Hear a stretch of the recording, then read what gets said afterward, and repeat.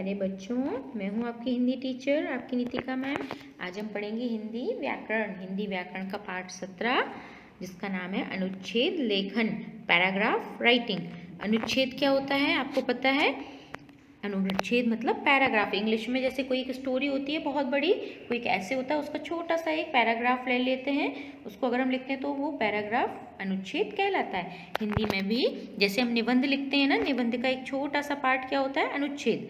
तो अभी हम आपको डिटेल में समझाएंगे, आप डिटेल में पढ़ेंगे। तो हिंदी व्याकरण की बुक ओपन कीजिए, उसमें निकालिए पेज नंबर 70, इसमें है ना पाठ 17 अनुच्छेद लेखन। ये हम पढ़ना स्टार्ट करते हैं।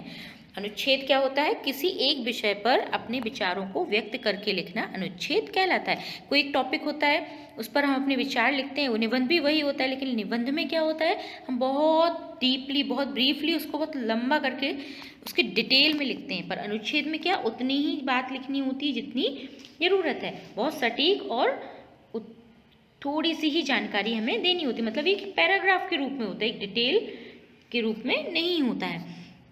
अनुच्छेद क्या होता है? निबंध का एक छोटा सा रूप होता है। अनुच्छेद कुछ वाक्यों में लिखा जाता है। अनुच्छेद लेखन से हमारी कल्पना शक्ति, रचनात्मक क्षमता का विकास होता ही है। कल्पना शक्ति मतलब सोचने की शक्ति, और रचनात्मक मतलब हमारी क्रिएटिविटी, उसका विकास होता ही है। साथ ही विषय की जानकारी भी बढ़ती है, हमें सब्जेक्ट के बारे में नॉलेज भी मिलती है कि हमें क्या करना है, कैसे लिखना है। अनुच्छेद लिखते समय कुछ विशेष बातों को ध्यान रखना चाहिए। कौन कौन सी बातें ध्यान रखनी चाहिए अनुच्छेद लिखते समय? जिस विषय पर अनुच्छेद लिखना है उस पर मन में विचार करना चाहिए। अपने विचारों को क्रम से लिखना चाहिए। वाक्य छोटे, सरल और स्पष्ट होने चाहिए। अनुच्छेद के अंत में निष्कर्ष समझ में आ जाना चाहिए। शब्द सीमा को ध्यान में रखकर ही अनुच्छेद लिखना चाहिए। अनुच्छेद लेखन में संपूर्ण विषय वस्तु को एक ही अनुच्छेद में लिखना चाहिए। अनुच्छेद लेखन में क्या होता है, हमको पैराग्राफ की तरह से लिखना है, पर हम ऐसे पॉइंट वाइज भी लिख सकते हैं, नंबर वाइज से करके, लेकिन अनुच्छेद को एक ही अनुच्छेद में लिखना है विषय वस्तु को। तो अभी इसमें एक अनुच्छेद लिख के आपको दिखाया गया है, एक पैराग्राफ लिखा हुआ है, आपको देखना है और समझना है कैसे लिखा है। मेरी प्रिय सहेली, ये टॉपिक है। संकेत बिंदु क्या है? ये तो निबंध में भी होते हैं ना, सहेली का नाम, उसकी रुचि, उसका स्वभाव, उसके माता पिता, तो इतना उसमें बताना है। मेरी प्रिय सहेली कनिका है, वह मेरी ही कक्षा में पढ़ती है। हम दोनों कक्षा में एक साथ बैठते हैं। हम दोनों का घर भी आसपास है। हम दोनों एक ही बस में विद्यालय जाते हैं। कनिका की पढ़ाई, खेलकूद, चित्रकला के साथ संगीत में भी रुचि है। उसको क्या, पढ़ना, खेलकूद और चित्र का मतलब आर्ट, ड्राइंग के साथ साथ म्यूजिक में भी इंटरेस्ट है। उसका स्वभाव बहुत शांत है। वह कक्षा के सभी बच्चों से शिष्टता और प्यार से बात करती है। कनिका के पिता कॉलेज में पढ़ाते हैं तथा उसकी माँ डॉक्टर है। कनिका और मैं एक दूसरे को बहुत प्यार करते हैं। मतलब वो अपनी बेस्ट फ्रेंड के बारे में लिख रही है ना उसमें, तो आपको समझ में आ गया। सिर्फ उतनी ही जानकारी लिखनी है, वो ज़्यादा बहुत डिटेल में अनुच्छेद में नहीं लिखते। और निबंध होता तो उसके बारे में बहुत कुछ लिख सकते थे। अभी नेक्स्ट पेज पर आते हैं, पेज नंबर 71। इसमें दूसरा अनुच्छेद कौन सा है? जब मैंने एक सपना देखा। एक टॉपिक है, मैंने सपना, आप लोग ड्रीम देखते हो ना नाइट में, तो इसमें भी एक ड्रीम के बारे में बताना है। संकेत बिंदु क्या दिए हैं? मेले का सपना देखा था, दादाजी के साथ जाना, झूला झूलना, आँख खुलना।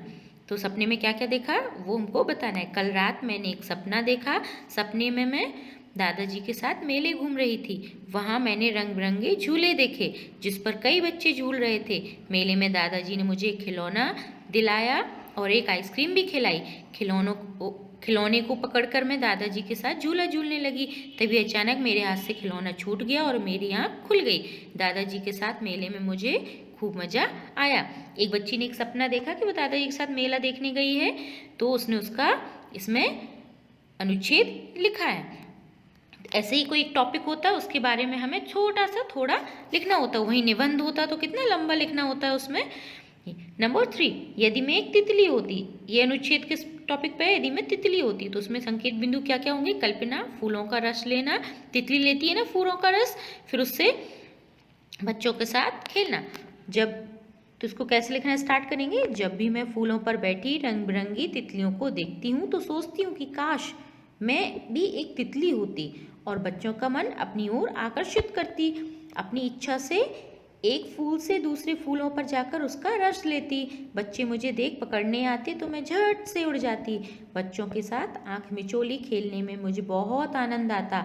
अपनी इच्छा से जहाँ चाहती वहाँ उड़कर पहुँच जाती। सभी मुझसे प्यार करते। तो ये अनुच्छेद हो गया ना। यदि मैं तितली होती उस पर क्या क्या करती, उसने लिखा।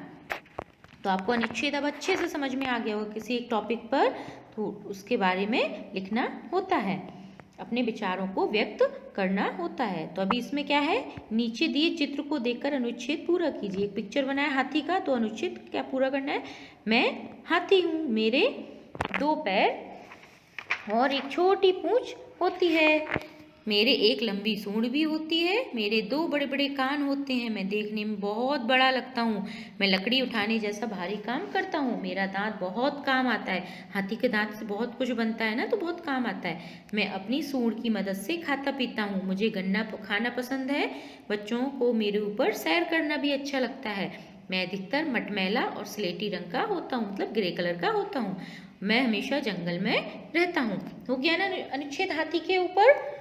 अभी नंबर 2 में क्या है, इन प्रश्नों के आधार पर गणतंत्र दिवस 26 जनवरी पर अनुच्छेद लिखिए। गणतंत्र दिवस तो पता है ना, 26 जनवरी रिपब्लिक डे, जिस दिन हमारा संविधान लिखकर रेडी हुआ था, उसको हम गणतंत्र दिवस के रूप में मनाते हैं ना 26 जनवरी को।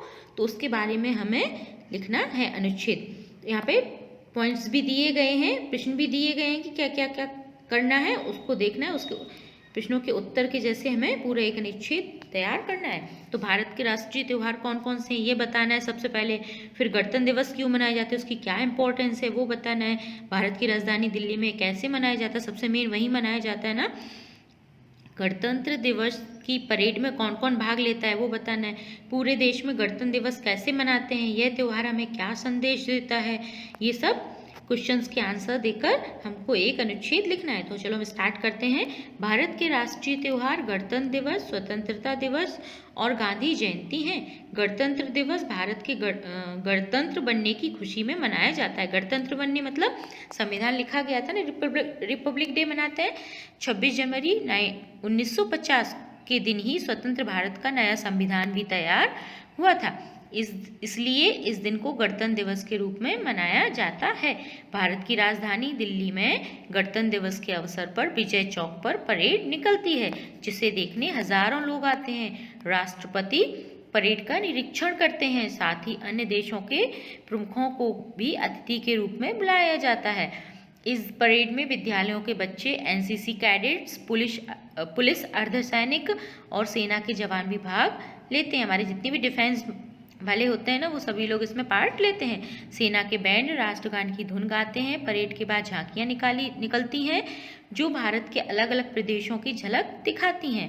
पूरे देश में गणतंत्र दिवस के अवसर पर विशेष कार्यक्रम होते हैं। विद्यालयों, कार्यालयों तथा सभी प्रमुख स्थानों में राष्ट्रीय झंडा, कौन सा हमारा राष्ट्रीय झंडा, तिरंगा, फहराया जाता है और विभिन्न प्रकार के कार्यक्रम होते हैं। यह त्यौहार हमें संदेश देता है कि अपने देश और अपने संविधान का सम्मान करना चाहिए, साथ ही एक आदर्श नागरिक बनकर देश के विकास में योगदान देना चाहिए। उसमें जो जो क्वेश्चन पूछे थे उसके हिसाब से हमने पूरा एक अनुच्छेद लिख दिया ना, कितना लंबा। अभी नंबर 3, इसमें क्या है, संकेत बिंदु के आधार पर निम्नलिखित विषयों पर अनुच्छेद लिखिए। आपको 3 अनुच्छेद तो इस पाठ में ही बताए गए हैं। उसके बाद एक हाथी वाला था जिसमें चित्र देखकर लिखना था, फिर एक गणतंत्र दिवस पर भी, तो भी आपको अच्छे से समझ में आ गया होगा अनुच्छेद कैसे लिखना है। तो टॉपिक कौन कौन से, मेरा जन्मदिन, जन्मदिन में क्या क्या होता है, जन्मदिन कब आता है, धूमधाम से मनाते हैं, दादा दादी के साथ मंदिर जाते हैं, पार्टी करते हैं, घर में फ्रेंड्स आते हैं, केक काटते हैं, वो उपहार लेके आते हैं, मतलब गिफ्ट्स लाते हैं, सब लोग जन्मदिन की बधाई देते हैं, नहीं तो होता है। तो ये पॉइंट्स के अकॉर्डिंग इसमें अनुच्छेद लिखना है। फिर है मेरा परिवार। मेरा परिवार पे क्या क्या हो सकता है, दादा दादी, परिवार में कौन कौन होते हैं, दादा दादी, माता पिता, भाई बहन, सब मिलकर रहते हैं, सुख दुख में एक दूसरे के साथ रहते हैं, मदद करते हैं सबकी। तो ये पॉइंट्स हो गए ना, इसके अनुसार हम लिख सकते हैं ना अनुच्छेद। फिर गा नंबर में क्या है, जब अचानक बिजली चली गई। सोचो आप बैठे हो, किसी दिन अचानक बिजली चली जाए तो आपके मन में क्या क्या विचार आएंगे, तो वो इसमें अनुच्छेद में लिखना है। घर में कौन कौन था, डर लगने का कारण, रोना, माँ का चुप कराना, ये सब पॉइंट्स हो सकते हैं ना कि जब बिजली चली जाए तो अंधेरे से डर लगने लगता है, तो ये सब अनुच्छेद में लिखना है। समय का महत्व, कभी समय कभी वापस नहीं आता, सफलता, समय से काम करना, कुछ उदाहरण से बताना है। एक स्टोरी भी बता सकते हैं कि समय का कितना महत्व है, एक बार समय चला गया वापस नहीं आता, कितना इंपॉर्टेंस है हमारी लाइफ में टाइम का, इसलिए टाइम वेस्ट नहीं करना चाहिए।